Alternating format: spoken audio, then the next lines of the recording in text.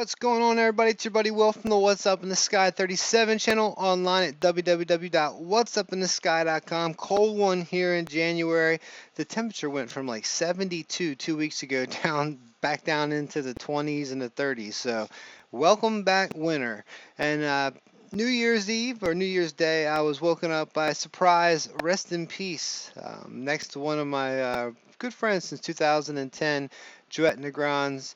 She's a truther. She's somebody who believed in alien life, who pushed our videos, who would always share our stuff. And they found her passed away in her apartment.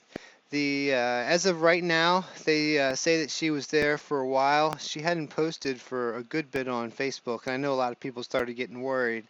Now, as of right now, they don't know. Here's a picture of her during a parade that she had worn this. I think this was just how she acted. She had a wonderful appearance. She had a beautiful smile and a good heart, and she will be missed by a lot of people. He said she was avidly. She wasn't afraid to get in the people to be's face. She would be one of those people that asked questions and had no problem doing it. She was a beautiful girl, and they have they're trying to put a memorial event together for her. She lived in a general area: Pennsylvania, New Jersey, New York, uh, like Delaware, Maryland. We all kind of live right here on the East Coast. So anybody wants to donate, go ahead, please donate. It's going to go to her fund, and anything else left over is going to go to her executive or state. So we're going to have a memorial event for what it looks like. I'll link this below. Um, Either way, just wanted to say rest in peace. It's one of those things to start the year off with losing one of your fellow people who actually did take the time. She would share what's up in the sky stuff. She is a member of the website. She's just a good person. She was a member of um, our groups on Facebook. She always had some interesting articles to post. So she will be missed, and you know it's a shame how life goes. So hopefully they haven't ruled out foul play, which is said in the article, which is never good to see. So they're waiting to see what toxicology and all that comes in. But much love to everybody who cared about her. And Joette, hope you're flying among the stars now. And here we go, just a little bit. We're going to start off with some Hillary Clinton remarks. Europe going to the moon. This is space news. We haven't done space news since October. It's been a while, so and I apologize. This is one of the things I used to be up on to date on, and now I really have to just go to the website. Are you guys on our forums? If you haven't come over to whatsuppinthesky.com and signed up yet, the forums, we got great people posting news articles. They post pictures, all sorts of good stuff. So we're going to talk about the moon, a little bit about the wheels on the rover, talking about where let's see, some Pluto stuff at the end here, how to build a house on the moon or Mars, all sorts of good stuff coming up. So let's just check this and get right on into it. Hillary Clinton was out on the trail in New Hampshire. New Hampshire is one of those states for everybody who's out of the out of the United States. It has really early voting, so a lot of people always run out there, and she was asked by some of the local newspapers, basically, do you believe that life on Earth or aliens have visited here before? And she said, yes, I'm going to get to the bottom of it, were her exact words. And let me see the other part. She actually said, I think we may have been visited already by aliens, Clinton added, according to the newspaper. We don't know for sure. It's tough to tell how serious Clinton intended her comments to be taken, but who knows? Now, this is kind of like what her husband did back when he was on Jimmy Kimmel. He said he wouldn't be surprised if Earth is visited by aliens, and so many planets out there support life. And he said, I hope it's just not like Independence Day. Now, I hope it's not like Independence Day, too, because, I don't know how to fly the planes like Will Smith and all those guys did, so... All right, back on to some news, get off the politics stuff. Whenever there's some interesting stuff in politics, I love to hear when politicians actually talk about this because it's such a weird line that they've got to cross because people have been labeled loonies, and it's finally starting to come around where I think the majority of people are starting to think maybe there are other stars out there that have life on it, maybe have even visited Earth before. I know just by watching through our work here, and if you watched all 630 videos, that there's been ancient ruins on many of the planets, even our moons. So Whether they're still there or not, or still visit there, that's another story. I really don't get in that too much. I'm not really into the active UFO stuff on my channel, but if a viewer sends me something and I actually know them, we'll take a look at it. So here's Europe. They're saying the ESA saying they're going to the moon instead of Mars, and I actually think this is a logical step. The Apollo missions were great. They accomplished a couple days. People were on the moon, but we need to make sure that we can actually have habitats that work and things like that. It's going to be it's going to be different on Mars because there's going to be, I think, more. Um, there's going to be more regolith. There's going to be more elements. There's going to be a lot more to work with than we're going to find on the moon. But the moon does have some water. If you go down into it, you can set up these habitats and learn a lot more about them. This was from this. Let's see where this is from. Ars Technica. NASA has made it clear for the last decade it considers Mars the next destination for astronauts. So, nevertheless, since President Obama took the moon off the table during a 2010 space policy speech, potential partners for NASA's journey to Mars have fallen by the wayside. So, yeah, basically no one wants to go to Mars with us. But earlier the decade, China and Russia, the two nations now capable of launching humans into space, signaled their intentions to first explore the moon. Now they have been joining by arguably NASA's most important partner in the coming years, the European Space Agency, which is the ESA. In a new video entitled "The Moon Awakenings," and I suggest that you guys watch it. It's you can get the link right here, and I will go ahead and put it down in the description below. I always link all these articles in the description below. It's been a long while since we've had a space news, so some of the new subscribers don't even know we do space news here, but every once in a while I like to get out the articles I think are interesting and hopefully some things that maybe you didn't get a chance to see. So the agency says it will take lessons learned from the International Space Station and team with other interested partners to return humans to Earth's natural satellite by the end of the next decade.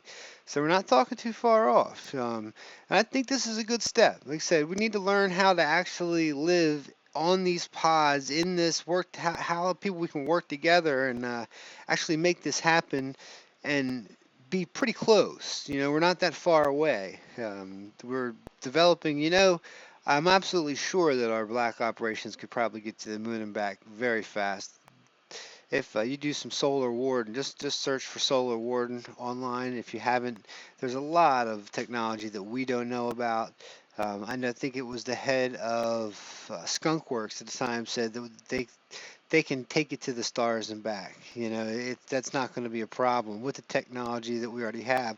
So as this starts getting worked out, I think we're in the next 20 years, we're going to see a tremendous change in the way propulsion works and a lot of other stuff coming up. So hopefully we'll get moving. So, okay, they're going to basically establish a facility akin to what we see in Antarctica today. Basically, Antarctica is they have these places set up. It's freezing cold there.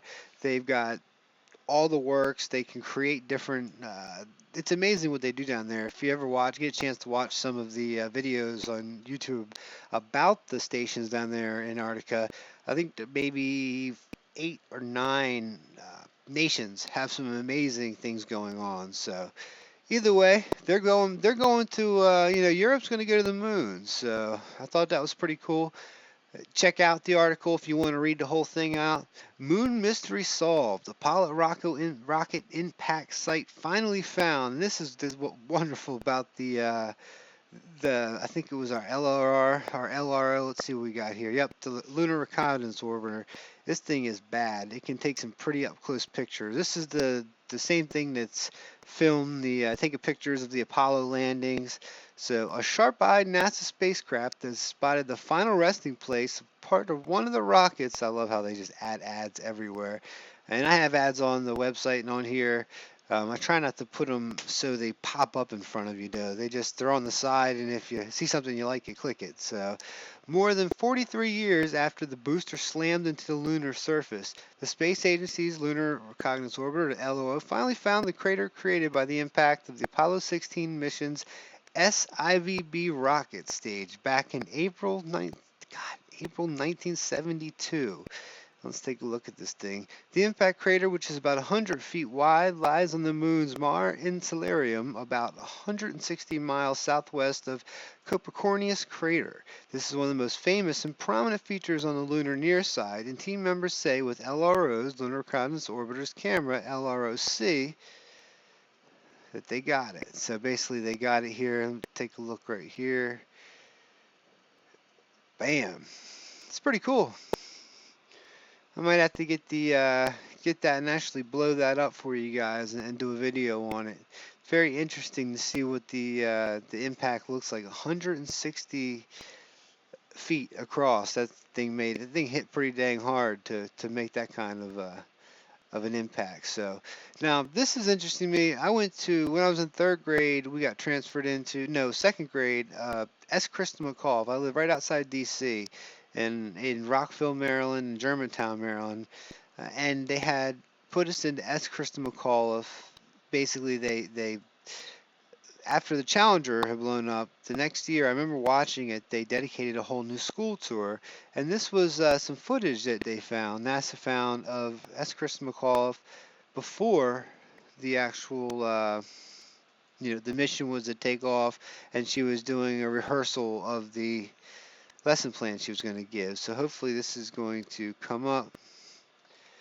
Let's see if it'll play. Of course not, because no. So, all right, now let's go on to Mars and take a look at these wheels now. They're even starting to put out articles again. Holy wheels, Curiosity. Mars close-up CNET. Mars close-up shows cracks in rover's rollers. Mars isn't all smooth sailing for NASA's Curiosity rover. Toddling around the red planet has taken a toll on the Curiosity's wheels, as seen in new rover image released Tuesday. Now, we've been looking at these things for a while, but take a look at that thing. The rover 6-wheeler are made of aluminum with cleats designed for traction. NASA notes the wheels and legs are built to be tough. Each wheel is 20 inches in diameter. So check that thing out. It has really taken a beating lately. Now, they just passed the 6.2 mile mark in April of 2015. That's nothing to a set of cars to tire on Earth, but for the rover faced some particular rocky and rough terrain. So, what are they? UFO fanatics spot ancient gods on Mars. Okay, see, here's how they kind of. We're going to be doing an expose on how they make almost every anomaly look like lunatics have put it out. And this related stories piece right here is just another way they do it. Now I'm going to make sure I'm not. Stay tuned for this expose. I'm doing it with a couple friends, and we're really going to point out how they take some really, really, really cool anomalies and they make it straight laughable to everybody. So I just noticed that. I want to make sure I keep this here, and it's CNET. It's one of the major publications that does that. So keep on moving along. I get started on that stuff. It starts to get me fired up, like I say, because they've done it against me with some of my videos I've put out. So Mars Exploration Rovers update. Opportunity finishes another record year and approaches its 12th anniversary. I can't believe that this rover is still working up there. It's amazing. And it's still sending back all sorts of things, Right now it's in what, minus 100 degrees Fahrenheit in December to work in the winter science campaign at home on the remnants of the ancient clays. Right now it's looking for these ancient clays and stuff that they found up there, but I just wanted to show you guys that this has been up there that long. So it's amazing what you can do. Spirit, I think, died after 4 or 5 years, something like that. But Opportunity's still rocking and rolling, so let's keep moving along. I thought this one was pretty cool. This is from City Lab. How to build a house on Mars using only materials on Mars. Turns out mixing Martian soil with sulfur produces a strong and quick-drying concrete. So basically, and I'm sure it's going to have a 3D printer to go with it. So All right, here we go. Try building a house without any of the materials mere Earthlings use to build houses. That's a challenge facing astronauts when they move forward with colonizing Mars. They'll either need to bring materials with them, which will be wildly expensive and generally unreliable. What if you need a spare part? Or making use of the red planet's rugged, inhospitable terrain. NASA recently rewarded a design for 3D printed ice houses as the promising use of Martian water deposits to make a safe, radiation-proof habitat.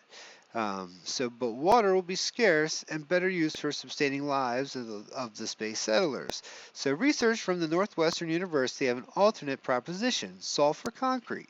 Most earth concrete, the primary building block of modern construction, requires water mixed with cement and gravel. Sulfur, which is widely available on Mars, can take the place of water and bind the concrete together. In a study submitted by the Construction and Building Materials last month and posted online, the scientists tested out different mixes of simulated Martian soil with sulfur and found the optimal concrete recipe for the sturdy red planet abode. Sulfur concrete has been around for decades and has been used for pipelines, artificial reefs, and the study notes so the methodology was relatively straightforward, simulating Mars soil, which has been the same chemical for the mineralogist properties as the real Mars soil, which is readily available for purchase. Time to start that the Martian terranium you've always dreamed of. So the researchers heated up the sulfur in various different ratios. Then they stress tested the concrete both physically through the computational analysis. Sulfur concrete made with the Martian soil came out twice as strong as its earthly counterpart, says corresponding author. I'm not even going to try her name right there. His name, an associate professor at the Northwestern's Department of Civil and Environmental Engineering. It's a he, thinks it's because the sulfur bonds chemically with the minerals found in the Martian soil, whereas on Earth, sulfur only serves as the glue for the gravel. Furthermore, since gravity on Mars is 1/3 of what it is on Earth, the strength is even tripled, or effectively tripled. So this material then has the strength needed to construct a shelter, but it also solidifies in an hour or less. Even fast settling concrete takes 24 to 48 hours. So this would be perfect for much more attractive for 3D printing. So basically, that's perfect. That is that. So if you have a 3D printer, when you do your layers, you want to be able to have it dry fast. It's virtually one day we're going to be shipping 3D printers to these places. It's amazing what 3D printing has actually done for the world, for not only making prototypes and stuff for businesses. If you're in the design business and used to have it's amazing. They're expensive, but it's taken out a whole nother step. You don't have to send away for stuff. I mean, you can print something right there in your lab. It takes a couple hours to dry. It takes not, sometimes they're dry right when they come out. Amazing. So, and I do believe that a Chinese or a Japanese firm has actually started building houses using 3D printing here on Earth. So I don't have that link, but I wish I did to show you guys that. So let's go off to Pluto real quick, and we got one more after that, and we're gone. On Pluto, X marks the spot. Look at this thing right there. I think they're calling this NASA's New Horizons spacecraft captured this image of an intriguing X on the Pluto's icy Sputnik Platinum region. The X probably marks a spot where 4 separate cells of nitrogen ice came together. There's a big X on the Pluto, and it marks buried treasure of a scientific kind. So let's go there and get it. Sputnik Platinum surface composed of mainly polygonal ice blocks that are between 10 miles and 25 miles wide. These blocks were likely formed by thermal convection process on Pluto. New Horizons scientists said solid nitrogen deep beneath the surface is warmed by Pluto's mysterious inner heat, rises in huge globs, and then cools and sinks again. I love how they basically would just come up with an idea, and it's like kind of like fact. So this part of Pluto is acting like a lava lamp. You can imagine the lava lamp is wide, is even deeper than the Hudson Bay. So the Sputnik Platinum X probably marks the spot where 4 conventional cells once met, mission scientists said. So the dark patches to the X upper left, meanwhile, the dirty chunk of water ice floating atop a sea of nitrogen ice. The photo depicting the X is one of a series of high-resolution shots captured by the Sputnik Platinum, I think I'm saying that right, with its telescopic camera from a distance of 10,000 miles on July 14th. Now, those images were absolutely amazing. But here we got an X down here, but this I think is what we're looking at, dead center. I'd love to see this a little bit more. And I think we got another show coming up when we're doing Richard Hoagland and the boys talking about Pluto, so stay tuned for that. And now even more, new Pluto wonder, possible ice volcanoes spotted. And this is, let's see, this is another one of those space.com movies. Let's see if she's even going to talk. There was a girl talk. Going to miss that one there too. So the more scientists learn about Pluto, the more interesting the dwarf planet gets. Two of the towering mountains observed by NASA's New Horizons spacecraft during the historic July 14th flyby appear to be ice volcanoes, mission team members said in a new video. From New Horizons' vantage point, these features look just like any volcanoes do on Earth when seen from orbit. Mission team Amy Shire, I hate messing up people's names, said in the video, which was released today. There we go. Specifically, the two peaks both feature large holes in their summits, which likely formed when the material erupted from underneath, causing the mountaintops to collapse. In addition, the flanks of Wright Mons and Picard Mons sport an oddly hummocky texture that could be residue in the past volcanic flows, New Horizons scientists said. So, whereas Earth volcanoes expel superhot molten rock from the subsurface magma chamber, Pluto's cryovolcanoes would likely erupt with melted slurry containing water ice and frozen nitrogen, ammonia, and methane. Man, just think about this wonderful place. I have looked very, very, very deep into Pluto's, what looks like archaeology on there. There is all sorts of buildings and stuff along the, let me see if they even cover it down here, along what looks like this Sputnik planum. I love how they've kind of moved away from it. I tell you, New Horizons was really, really, really, really in the news for a while, and now they're coming out with a lot of these. They don't know how it mysteriously is getting its heat or whatever from under, just like the last one said. But as we move forward, we'll keep. Only thing we have is the imaging and the data, and as long as NASA's giving it up, somebody's going to get to the bottom of it, and we will be looking for it. So, all right, guys, it's been a long space news. It's been a first one. Hold on, do we got it? Okay. Oh, this is perfect. Good morning. This is Krista McCullough, live from the Challenger, and I'm going to be taking you through a field trip. I'm going to start out introducing you to two very important members of the crew. The first one is Commander Scobie, who is sitting to my left, and the second one is Michael Smith. Now, Commander Scobie is going to tell you a little bit about flying the orbiter, and Pilot Smith is going to be telling you a little bit about the Spock, which is the computer that is used on board. It's almost sad even watching. It was a wonderful school. I'd say it's weird that came up right as we were about to shut it off. I was about to give up on it. I was shutting down the shop here and it came up, and I even marked out where to cut out earlier when I was trying to get it to come up. But the school that's Krista McAuliffe Elementary School. I wonder if it's still there outside DC.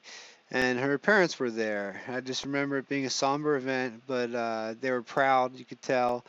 And not much to say other than that. It was one of the first things that actually got me really interested in, what's going on in space.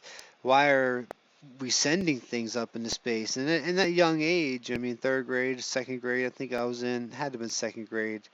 No, actually, when it had to have been first grade, I remember that far. I'm 35 years old now. And I can remember it like it was yesterday. They had the closed caption TV. We all watched it, and then they shut it off. And basically, we went on with our day. And nobody really knew what to say back then. But a national disaster. Thank God we're not using those out of date shuttles anymore. It's ridiculous. The United States doesn't have something that's being used to put up there. I know we've got much more technology than we're letting out. Hopefully one day it'll come out, and I'm hoping soon, because some of this technology could change the world. So, all right, guys, much love to you. Once again, rest in peace, Joette. Anybody wants to give to the memorial event, I'll have that listed below. Much love to you guys. Thank you. Rest in peace. I hope you're watching down over all of us as we move forward to help us get this 2016, make this the year we get this stuff out. I'll be here. I've got Mars videos stacked up, Moon videos stacked up. I've got so much to get done. I will try my best to do everything I possibly can. Much love to everybody here. It's Will Farrar. What's up in the sky 37? Hope you enjoy the news. Peace.